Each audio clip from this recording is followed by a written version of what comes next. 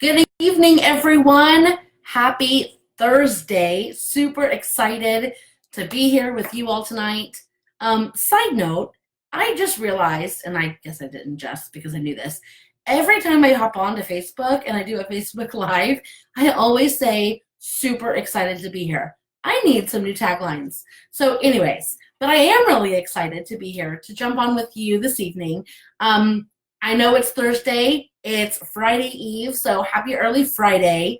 But I'm really excited to be talking with you all this evening about a really fun topic that I hope will absolutely help your math class. So if you teach math, elementary math, you're definitely going to want to join me tonight to listen in on this amazing strategy that you can use in your math class. I have a freebie for you, so you're going to want to pop in and you're going to want to download the freebie. Again, it's off to the side, so make sure you go and grab that. So tonight we're going to be talking about how you can use the close reading strategy in your math class. So I have two concrete ways that I'm going to show you.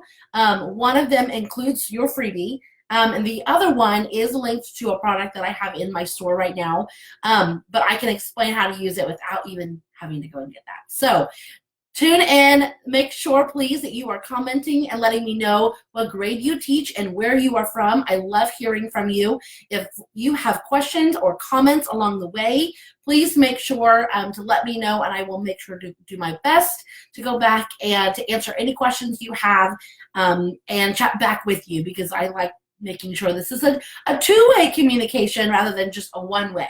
So please make sure you're commenting and letting me know that I'm not just talking to my computer screen. He hears my voice too often. So let's go ahead and get started. Like I said, we're going to be talking tonight all about how to use close reading in your math class. So I want to take a split second and talk real quick about what close reading is. In case you do not use this strategy in your reading class, it is okay to use it in your math class, even if you don't use it in your reading class. But just in case, I want to make sure that we're all understanding of the definition of what a close read is before we jump into using it in math. So close reading, by definition, is the intentional rereading of a text. So the magic number when you are doing a close read, the magic number is 3. So when you're reading a text in reading class and science class and you're using the close reading strategy, you are intentionally rereading the text or a portion of the text at least 3 times. Each one of those reads has a purpose. I'm not going to go into what each purpose is for reading, because when we use it in math, we're going to use it for a different purpose. So, but we are going to stick to that baseline definition of that close reading is the intentional reread, and the magic number is 3. So with that, I want to tell you and explain to you how I use this strategy to help my students solve word problems in our everyday math class. This is something that I introduced very early on at the beginning of the year because I want it to be ingrained in them, as this is what we do when you see and come across a word problem, a story problem. And what I love about doing this strategy in math is that it really helps those students who struggle with comprehension, because as we all know, story problems or word problems innately are comprehension based with math included in them. So your students who struggle with comprehension probably struggle with word problems. So this strategy really helps those students. So I'm going to break it down real quick, and if you go and grab your freebie, you can kind of check that out as I'm talking, and you're going to be able to see exactly what I'm talking about. So I've included in the freebie the steps of the close read. So remember, the magic number is 3. There are 3 reads or 3 intentional reads to a close read. So you have your first read, your second read, and your third read. So I'm going to walk you through what the steps are, but these steps are at the top of the freebie. And so your freebie tonight, there are 3 pages. The first 2 pages are basically the same thing. They just have different word problems. So there's 2 word problems, and then at the bottom, there is a space for them to write their answer in a complete sentence and to explain their thinking, because I think that is very important. So you have 2 pages that look just like that, but I gave you a third page, and this is in PowerPoint format. So you can insert your own text box and you can create your own word problem. So if you fall in love with this strategy and want to try it out in your math class, then you have a template that you can use to be able to start this in your room. So if you teach early second grade or if you teach fourth grade, you can put in whatever content you want on this template and to be able to get started using the strategy. So let's talk real quick about the strategy. Let's break this down. So when you come across the story problem in math class and you want to use the close reading strategy, here's what we do. So the very first read, of course, you start out by reading the problem, okay? Duh, right? I tell my kids that, duh. So we're going to read the problem. But then this is very important. What I want them to do after they've read the problem, I want them to turn their paper over. Cover up the problem however they can and make sure they cannot see it. And then what I want them to do is I want them to visualize the problem. Visualize what they just read. So the character, the setting, we bring in a lot of those story elements into this visualization process. And then I want them to think about everything that they remember. So let's say they just read a problem about Sam eating 2 cookies, and then later on that day he ate 3 cookies, and the question was how many cookies did he eat in all? I'm going very basic here. So they flip over their problem and they go, okay, so this problem was about who? Oh, it was about Sam. Okay, and Sam was doing what? What was Sam doing? And they're thinking in their head, they're visualizing. So they're trying to recall from the first read as much information as they can. And I let my students know, do I expect you to have the problem memorized? No, I don't. That's why we go back and reread. I want you to reread. I don't expect you to have it memorized. But let's see what you do remember. Let's remember the character. Let's remember the setting. Maybe you remember the question. Maybe you remember one of the numbers, but not both. I really want them to bring out the fact that they don't remember it all because that makes the next 2 reads very intentional. So I very much praise my students for not knowing the whole problem. So after they visualize and we've gone through and we've talked about what we do remember, then I have them come up with a question. What question do they want to ask? Because then that question turns into the purpose of the second read. So again, let's go back to that very simple problem. Sam eating 2 cookies, and then he ate 3 cookies later on that day. How many cookies did he eat in all? So they visualize, they remember that it's about Sam, and maybe he was at home and he was eating cookies, and they remember that the question was how many cookies did he eat? And they know he ate 2 at the beginning of the day, but they can't remember how many he ate later in the day. So then that becomes their question. My question is, how many cookies did Sam eat at the end of the day? I need to go back and find that.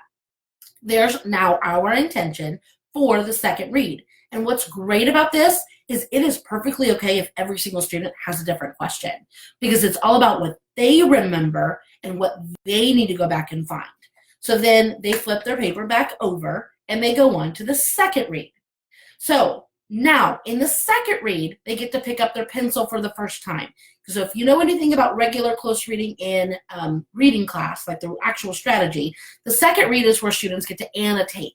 They get in their pencil, they dig into the text, they mark it up, they write notes, they write symbols, whatever whatever they have them do. So in the second read, we do that, except we do it now with Cube. Or if you have another strategy where they're circling and underlining numbers and facts and information, have them do that. I use Cube, which if you're unfamiliar with Cube, C stands for circle the numbers, U stands for underline the facts, B stands for box in the question, and then E stands for look for extra information. So I use the Cube strategy. So they get their pencil out, they read the problem, and they use the Cube strategy. So now they're annotating and they're looking, okay? So they've annotated the whole problem after they've read it. And now they're going to answer their question. So they'll think, what was the question? Oh, yeah, I needed to know how many cookies he ate at the end of the day. So I now know my answer because I've circled that number and I've underlined the fact. 3 cookies at the end of the day. So I've answered my question. So now the very last thing that they do before they read it one more time is they make a prediction. And I love this step. This step is so important because it's getting them to start thinking about what strategy or what operation do they think they're going to use to solve the problem. So they're going to make a prediction about what they think they're going to do. So if I, again, was that student and I've done my cube and I answered my question, now I'm going to think, I think I'm going to subtract to solve this problem. Because, sometimes students just think of an operation and then that's what they do, right? But now we're giving them that chance to predict what operation or what strategy they're going to do. And now that becomes the purpose of the third read. So the third read is very simple. They read the problem a third time and they confirm their prediction. It's that simple. They're going to confirm their prediction and they're going to do it by, if you are someone or a teacher who teaches those signal words and word problems, they can do that. They can look at or act out the problem. They can draw out the problem. However you want them to confirm it, they need to confirm the operation or the strategy. So that becomes the intention of the third read. So very simple, but it's very structured and very purposeful when rereading the word problem every single time. So again, those steps are at the top of your freebie tonight, so you can go and download that. And then again, the third page is where you can edit and put in your own text boxes and put in your own story problems to get started on using this right in your classroom. So again, first read the problem, flip it over, visualize, ask myself those questions. Second read the problem, do my cube, do my annotating, and then I'm going to answer the question that I just came up with and come up with a prediction about what I think is going to happen when I solve the problem. And then my third read it again, and I confirm my prediction.